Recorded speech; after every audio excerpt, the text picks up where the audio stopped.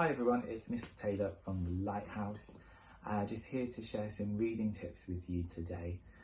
For those of you that don't know, I work in our Lighthouse provision at Temple Hill, and that is for children with a range of needs, but I'm coming to you today specifically about our speech and language provision, and I have some tips that I've picked up from speech and language therapists across the years to share with you to help make the reading you do with your children just that much better, make it that much more meaningful.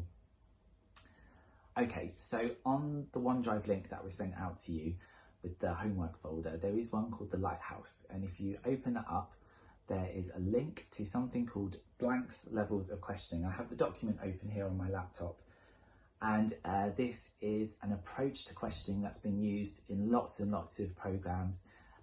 One called Language for Thinking you may have come across. If you've ever had a child referred to speech and language therapy, it's often used or recommended.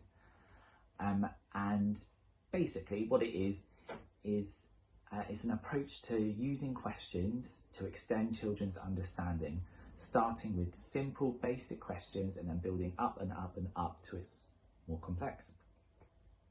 So this is really good to kind of use this approach when you're reading with children, especially those children with additional needs, because it gives you a starting point that's easy and accessible, and it kind of gives you the steps of how to make it more complex. So it's giving you that journey to make it, to help progress your child.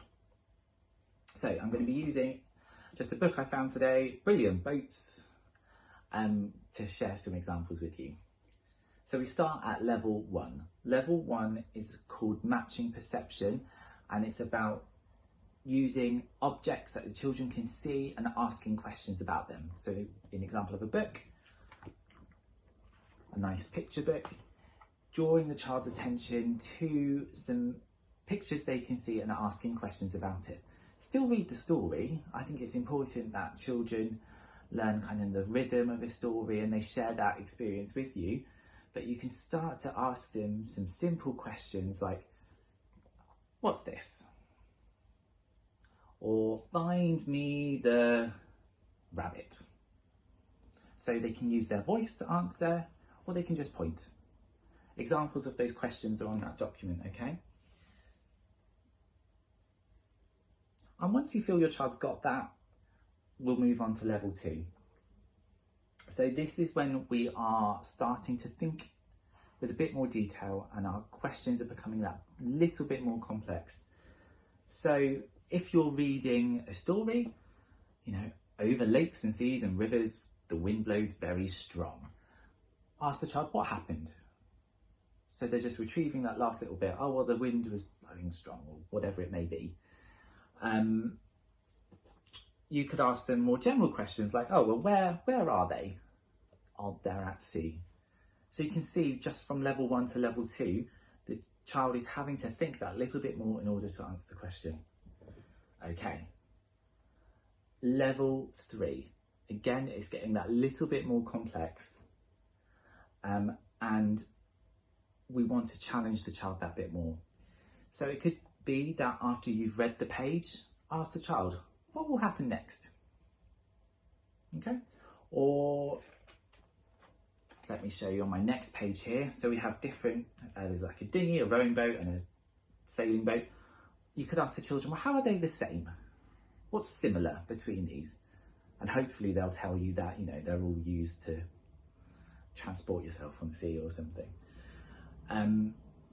So Blank reckons that children about 4.5 years old will be able to do this, but don't take too much stock in the age that he puts on these levels. Work at your child's pace. So the last level, level 4, is about reasoning. And this is the higher order of thinking, the most kind of complex that we'd ask the child to do. So an example of these questions, again, they're on the document, do look at them. Why is the dinghy made of rubber? So they're having to really kind of think about their experience and their understanding in order to answer your question. Hopefully you'd get something like, well, so it's waterproof and it doesn't sink, or whatever it may be. And that is kind of the whistle-stop tour of Blank's levels. Yeah, let me know how they get on. And there's not a certain pace that you have to, you know, whiz through these levels. You might stay on level 1 for a long time, that's okay. But hopefully this gives you a framework to kind of see how you can kind of challenge your children with their questioning and their reading of a story. My last piece of advice is don't overdo it. You know, I question every other page just to kind of make sure the child's listening, that they're understanding and that they're engaged. You don't want to do it every single line, that's too much.